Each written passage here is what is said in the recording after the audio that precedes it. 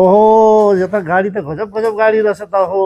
ओहो नमस्कार विष्णुजी। ओ नमस्कार भाइ। गुड इभिनिङ हजुर। Good evening. गुड इभिनिङ हजुर। अनि के छ हजुरको अनि व्यापार पनि यसो घुम्दै फिर्दै आएको? ए सबै ठिकै छ विष्णुजी। हजुर आज गाडी लिन आउनु हो? हजुर गाडी लिन आएको। कुन गाडी चाहियो हजुरलाई भन्नु न। सुरुमा हजुरको बजेटको कुरा गरौँ। हजुरको बजेट चाहिँ कति रहेको छ विष्णुजी? बजेट चाहिँ अब मेरो अब अहिलेको यो बेला भनौँ न सर्टेजको टाइममा अब बजेट त धेरै त छैन। हजुर त्यही पनि मिल्दो जुल्दो यसो लिउँ भनेर सोचेको। हजुर हजुर। अब 80 देखि भनौँ मुनि।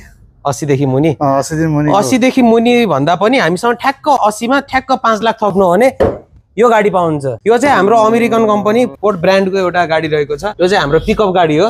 यसमा अनि फ्युचर के छ हजुर? फोर्डको त भन्नुभयो। हजुर। यसमा के सुविधा छ? यसमा सुविधा र फिचरको कुरा गर्नु पर्दाखेरि यो चाहिँ 2019 मोडलको फोर्ड रेन्जर हो र यसको लुक्स चाहिँ हेर्नु पर्दाखेरि पुरै र्याप्टरको लुक्स छ हैन। हामीले यसमा फुल मोडिफाई गरेका छौं विष्णुजी। अगाडिको ग्रिल हेर्नु, अगाडिको ग्रिलमा फोर्डको ब्याजिङ त वाइल्ड बबाल देखिरहेछ हैन। अनि त्यसपछि हेर्नु हामीले इम्बोस नम्बर प्लेट पनि दिएको छौं र टायर पनि हेर्नु सक्छ। म्याक्सेसको टायर हालेको छौं हामीले। नेपालमा पाइने सबभन्दा महँगो टायर हैन। यो टायरले हजुरलाई नेपालको जुन सुकै कुनामा नि पुर्याउँछ। ढुक्क हुनुस् हजुर। अनि हेर्नु यहाँ 3.2 लिटरको 6 स्पिड अटोमेटिक डिजल इन्जिन छ यसमा।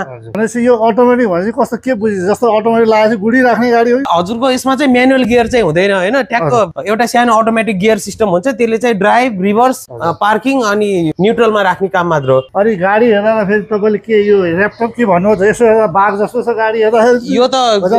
यो त एकदम मार्केटमै चर्चा हो गाडी हो नि। त्यो एकदम ह्यान्डसम, मस्कुलर अनि एकदम बोल्ड गाडी भनेर चिनिन्छ के यसलाई। यो त हजुरको हाइलक्स भन्दा पनि राम्रो हो। हजुर यो र्याप्टर भनेको यो हजुर। हजुर यो र्याप्टर चाहिँ हैन, हामीले र्याप्टरको शैलीमा चाहिँ यसलाई मोडिफाइड गरेको विष्णुजी। 4x4 भनेको 4x4 भनेको हजुरको यो 4x4 गाडी हो हैन। 4x4 भनेको अब हजुरले 4x4 मोडमा लाउनु भने अगाडिको चक्का पनि इन्जिनले घुम्ने हो, पछाडिको चक्का पनि इन्जिनले घुम्ने हो। भनेपछि हजुरले लो बाहिरको त भन्नुभयो, सबै जानकारी भयो। भित्रको फ्युचर के छ हजुरले? अब भित्रको हेर्नु, गाडी मैले यहाँ लक गरे हेर्न सक्नुहुन्छ है। गाडी मैले लक गरे। अब जस्तै मैले केही सामानहरु लिएर आएको छु हैन, मैले मेरो हातमा झोलाहरु छ। अनि त्यसपछि गाडी अनलक गर्न फेरि मैले गोजी भित्र चाबी हाल्नु पर्यो। त्यो झन्झट छैन यसमा। अब यसमा ठ्याक्क बटन थिच्ने ढोका खुल्छ हजुरको। यो त फ्युचर धेरै गजब फ्युचरको गजब फिचर छ विष्णुजी। अनि अझै हजुरलाई म यसको विशेषताहरु देखाउँछु। यसको भित्रको हजुरको विशेषता भन्नु न। यसको इम्पोर्टेन्ट जस्तै चलाउँदा कसरी चलाउनु पर्ने, यसको भित्र चाहिँ सुविधाहरु सबै यसको चाहिँ अब सिट चाहिँ इलेक्ट्रिकली एडजस्टेबल छैन हैन विष्णु। यो म्यानुअल हो हैन।